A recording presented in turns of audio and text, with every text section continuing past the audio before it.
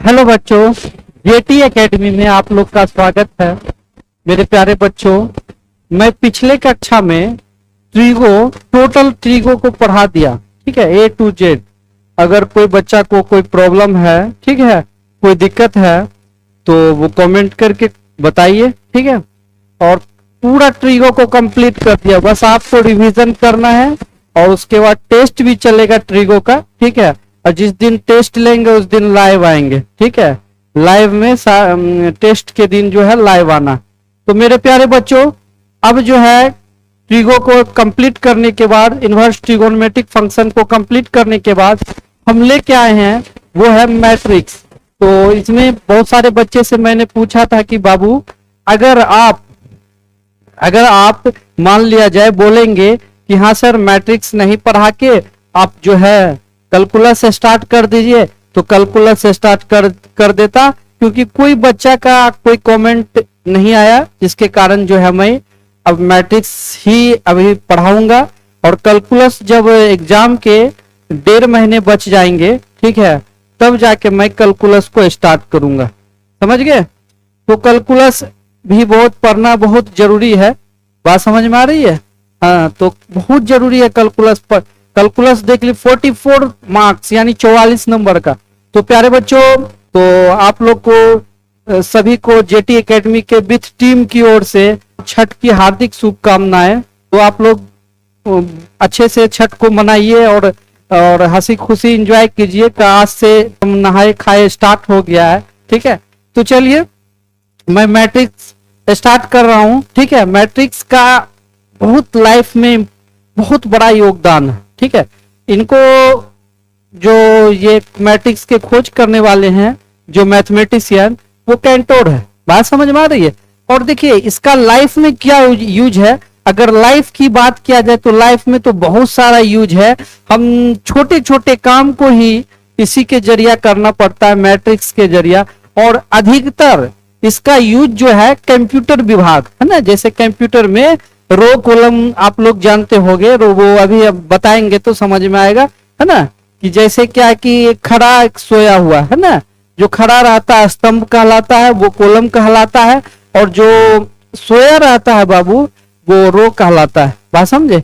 तो उसमें भी यूज होता है, हर चीज में यूज होता है। पंक्ति, लाइन, जिसको नाम आप लोग जानते होंगे कि लाइन। और इंजीनियरिंग विभाग में भी बहुत सारा इसका योगदान है। बात समझ में आ रही है? तो चलिए बाबू, हम चलते हैं, आगे क्या है उसको देखते हैं। तो ध्यान दीजिएगा, चलिए आगे।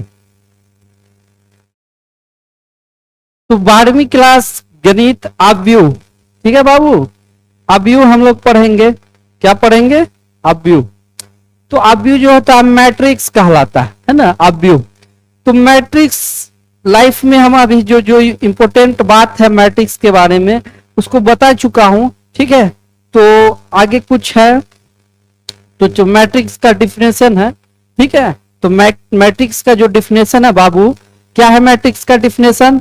कि वो आयताकार क्रिया जिसमें m क्षैतिज n स्तंभ कॉलम को एक निश्चित क्रम में, है ना, संयोजित किया जाता है। तो संयोजन की इस क्रिया को, यहां पर इस होगा, ठीक कर लीजिएगा, इस क्रिया को अवयव कहा जाता है। क्या कहा जाता है बाबू? अवयव कहा जाता है ना। वो आयताकार क्रिया है ना, वो आयताकार क्रिया जिसमें m क्षैतिज, क्षैतिज क्या होता है? क्षैतिज नहीं समझे? जैसे मान लीजिए support that A11 A12 A13 dash dash A1n, है ना, A1n।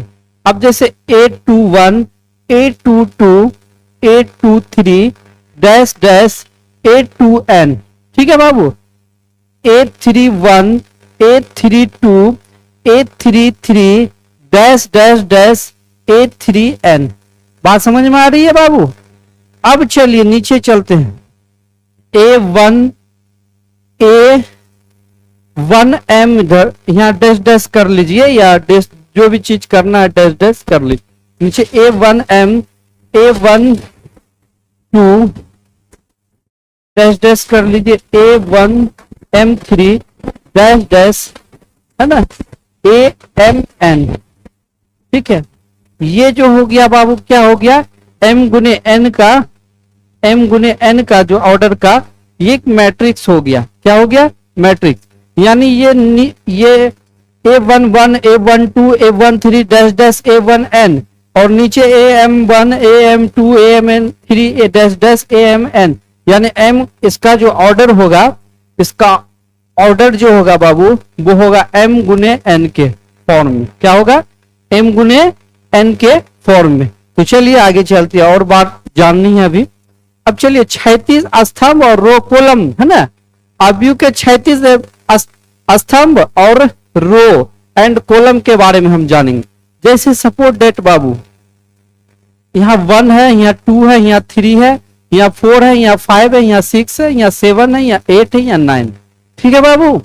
अब चलिए ये जो सोया हुआ है ना, ये सोया हुआ है ना, यही रो कहलाता है। क्या कहलाता है? रो। रो का मतलब होता है पंक्ति, हिंदी में कहते हैं इसको पंक्ति। ठीक है। और उसके बाद ये जो खड़ा वाला है ना, इसको कहते हैं क्या बाबू?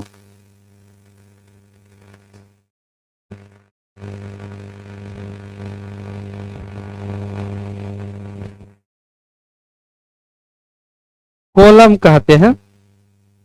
क्या कहते हैं? कॉलम, जिसको स्तंभ कहते हैं। क्या कहते हैं बाबू? स्तंभ। तो सबसे पहले बाबू ये जानना है कि ये रो और स्तंभ के फॉर्म में जो होता है ना, वही मैट्रिक्स कहलाता, और अंदर वाला जो पार्ट होता है, अंदर वाला पार्ट, वो एलिमेंट कहलाता है। क्या कहलाता है? एलिमेंट। अंदर वाला है ना, जितना भी अवयव है, अंदर का अवयव का जो है। तो ये देखिए ये हो गया।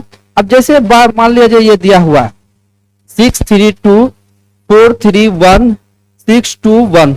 अब इसमें बताइए, तो देखिए ये कहलाएगा R1 यानी रो 1, ये कहलाएगा R2 और ये कहलाएगा R3, ये कहलाएगा C1, ये कहलाएगा C2 और ये कहलाएगा C3। बात समझ में आ रही है? तो चलिए फिर आगे चलते, आप लोग जान गए होंगे, बहुत ही इजी चैप्टर है। ठीक है। अब चलिए नोट्स में जो दिया हुआ है इसको पढ़िए। नोट्स में है बाबू अवयव है ना, अवयव के कर्म को R गुने C या R बटे C पढ़ते हैं। क्या पढ़ते हैं? अवयव के कर्म को R बटे C या R बटे पढ़ते हैं। तो सबसे पहला नंबर देखिए, मान लिया 1 2 3 4 दिया है ना, यहाँ फिर मान लिया 5 दिया हुआ है, 6 दिया हुआ, 7 दिया, 8 दिया। अब देखिए रो कितना? 1 2 दो रो है, तो 2 इंटू, अब कॉलम 1 2 3 4 2 इंटू 4 है ना, 2 इंटू 4 रो हो गया कितना? 2। और कॉलम जो खड़ा वाला कॉलम कहलाता है वो 4 हो गया, तो 2 इंटू 4 कहला जाएगा। ठीक है। या 2 इंटू, इसको जो है 2 इंटू 4 लिखिए या 2/4 लिखिए, दोनों में से कुछ भी आप लिख सकते हैं। बात समझ में आ रही है प्यारे बच्चों? आप लोग बस ध्यान से देखिए, देखिए बहुत जल्दी हम खींच देंगे बाबू, आप टेंशन नहीं लीजिए। चलिए आगे चलते हैं। अब देखिए यहाँ पे ऑर्डर की बात होगी। ऑर्डरवा क्या होता है? ऑर्डरवा भी जानना तो बहुत जरूरी है बाबू, मैट्रिक्स में ऑर्डर का जानना बहुत जरूरी है। अब चलिए ऑर्डर क्या होता है वो जानेंगे। सबसे पहले देखिए, मान लीजिए A बराबर, अब 4 3 2 6 2 1। अब इसमें ऑर्डर देखना, तो ऑर्डर क्या होता है बाबू? 1 2 3। पहले देखिए AIJ जो होता है, I जो होता है ना ये रो होता है, और J जो होता है ना ये कॉलम होता है। क्या होता है बाबू? कॉलम। रो का मतलब होता है पंक्ति। क्या होता है? पंक्ति। और कॉलम का मतलब होता है स्तंभ। क्या होता है बाबू? स्तंभ। कॉलम का मतलब स्तंभ, स्तंभ का मतलब नहीं, खड़ा जो होता है ना वो स्तंभ कहलाता है, और जो सुतले रहता है वो रो कहलाता है। बात समझ में आ रही है? तो यहाँ पे ध्यान देना है कि AIJ जो ये मोस्ट है VVI चीज है, इसको ध्यान देना आप लोग को। बात समझ में आ रही है? इसको जो है ध्यान देना बहुत जरूरी है। अब जैसे देखिए 1 2 3 है ना, तो सोया हुआ है, जो सोया हुआ 3 है तो 3 और इंटू, और जो खड़ा 1 2 तो 3 इंटू 2, तो ये कहला जाएगा बाबू क्या?